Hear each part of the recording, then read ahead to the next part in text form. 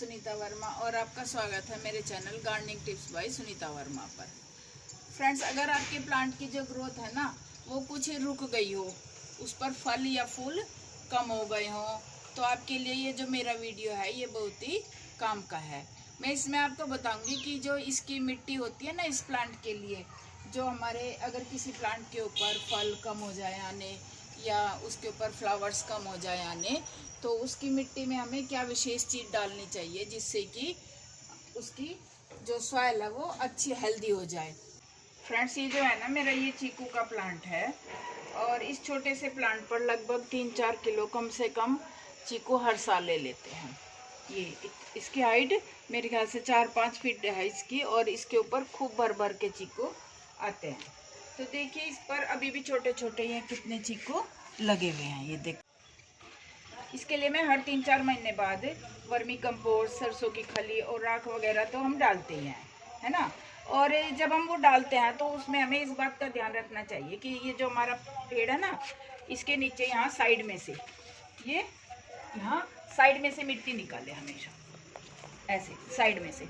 तो और इसकी जो रूट्स है ना वो बिल्कुल भी टूटनी नहीं चाहिए। हमें जो भी हमारा प्लांट हो जिसके ऊपर फूल आए हुए हों या फल आए हुए हों, कलियाँ आई हुई हों, तो उसमें हमें खास ध्यान रखना होता है कि भाई जब हम उसमें कोई भी डालते हैं नीचे सॉइल में, तो उसमें हमारे इसकी प्लांट के रूट नहीं टूटनी चाहिए, ठीक है।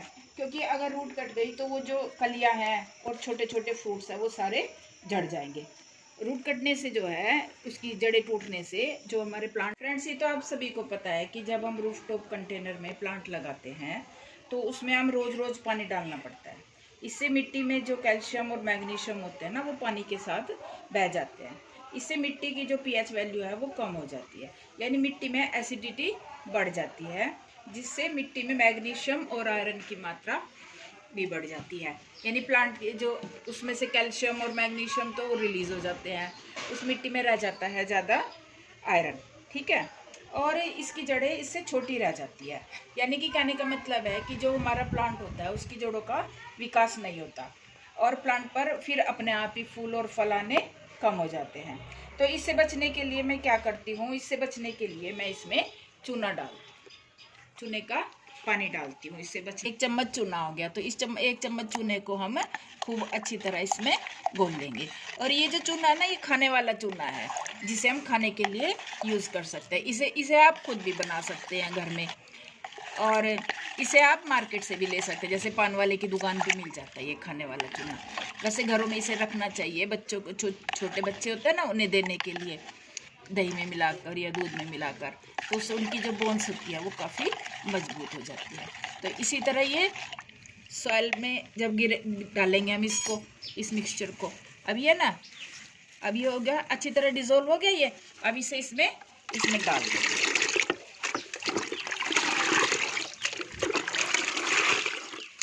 हो गया। अभी हमारे पास हो गया चूने का पानी। अब इस पानी को हम इसमें डाल देंगे। इसमें अगर हम मिट्टी में एक बार पानी डाल देते हैं ना तो वो पानी का असर जो है कम से कम हमारा 1 साल तक रहता है। फिर हमें 1 साल तक इसमें दोबारा चूना डालने की ज़रूरत नहीं पड़ती। अगर हम खेतों में चूना डालते हैं, खेतों में तो इसका असर कई साल तक रहता है, पर क्योंकि गमलों में तो ड्रेन आउट होता रहता है ना पानी, तो इसलिए हम अगर साल भर में एक बार इन प्लांट्स में चूने का पानी डाल दे तो हमारे जितने भी ये हैं ये खूब हेल्दी रहेंगे। इस तरह इससे डालने के बाद, इस चूने के पानी को डालने के बाद फ्रेंड्स आप देखेंगे कि कुछ ही दिनों में जो प्लांट की ग्रोथ है ना उसके साथ साथ फलों और फूलों की संख्या भी लगातार बढ़ने लगेगी। तो मैं उम्मीद करती हूँ कि आप भी इसी तरीके से जो अपने प्लांट्स की केयर करें।